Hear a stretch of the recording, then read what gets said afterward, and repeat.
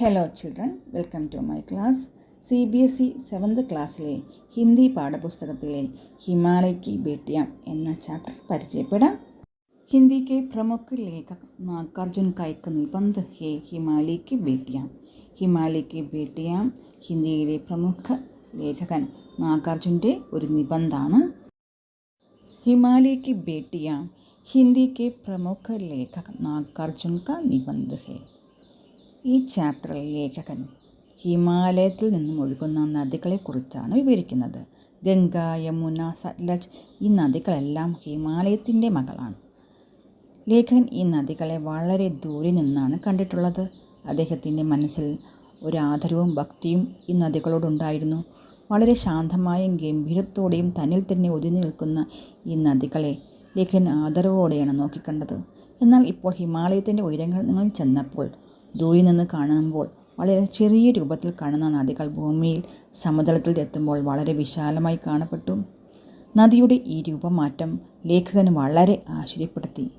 അമ്മയായും സഹോദരിയായും മൗസിയെയും കരുതി ഈ നദികളുടെ സ്നേഹധാരയിൽ വളരെ നേരം ലേഖകൻ മുങ്ങിയിട്ടുണ്ട്.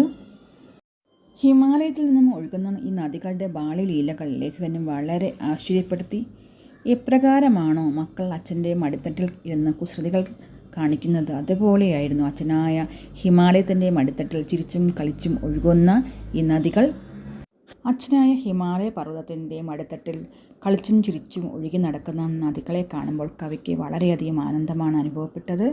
ഹിമാലയ പർവ്വതത്തിൽ നിന്നും താഴോട്ടൊഴുകുന്ന സമതല ഭൂമിയിലെത്തുന്ന ഈ നദികൾ വളരെ ശാന്തമായും ഒരു കുലീനയായ സ്ത്രീയെപ്പോലെ മാറിയിരിക്കുന്നു. ഈ നദികൾ എങ്ങോട്ടാണ് ഒഴുകുന്നത്? ഇവരുടെ ലക്ഷ്യം എന്താണ്?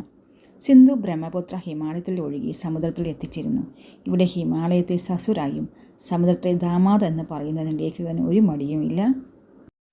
സിന്ധു, ബ്രഹ്മപുത്ര നദികൾ വിശാലമായ നദികളാണ്. ഹിമാലയ പർവ്വതത്തിലെ മഞ്ഞുരുകി വിശാലമായ നദികളായി രൂപപ്പെട്ടതാണ് ഈ നദികൾ.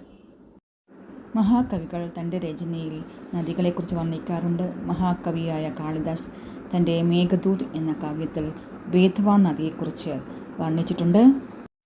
കാക്ക കാലിൽക്കർ നദികളെ ലോകമാതാവായി കരുതുന്നു.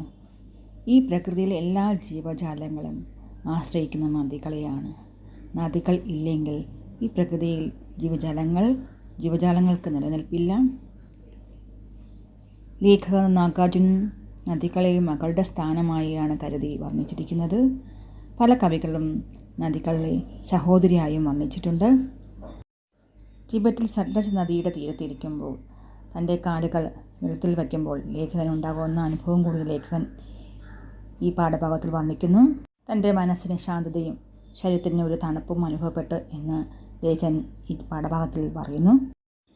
ഹിമാലയ കി ബേട്ടിയാം എന്ന ചാപ്റ്ററിൽ കൂടി ലേഖകൻ നാഗാർജുൻ വർണ്ണിക്കുന്നത് ഹിമാലയത്തിൽ നിന്ന് ഒഴുകുന്ന നദികൾ സമുദ്രം വരെ എത്തുമ്പോൾ ആ നദികൾക്കുണ്ടാവുന്ന മാറ്റത്തെക്കുറിച്ചാണ് ലേഖകൻ വർണ്ണിക്കുന്നത്. Thank you.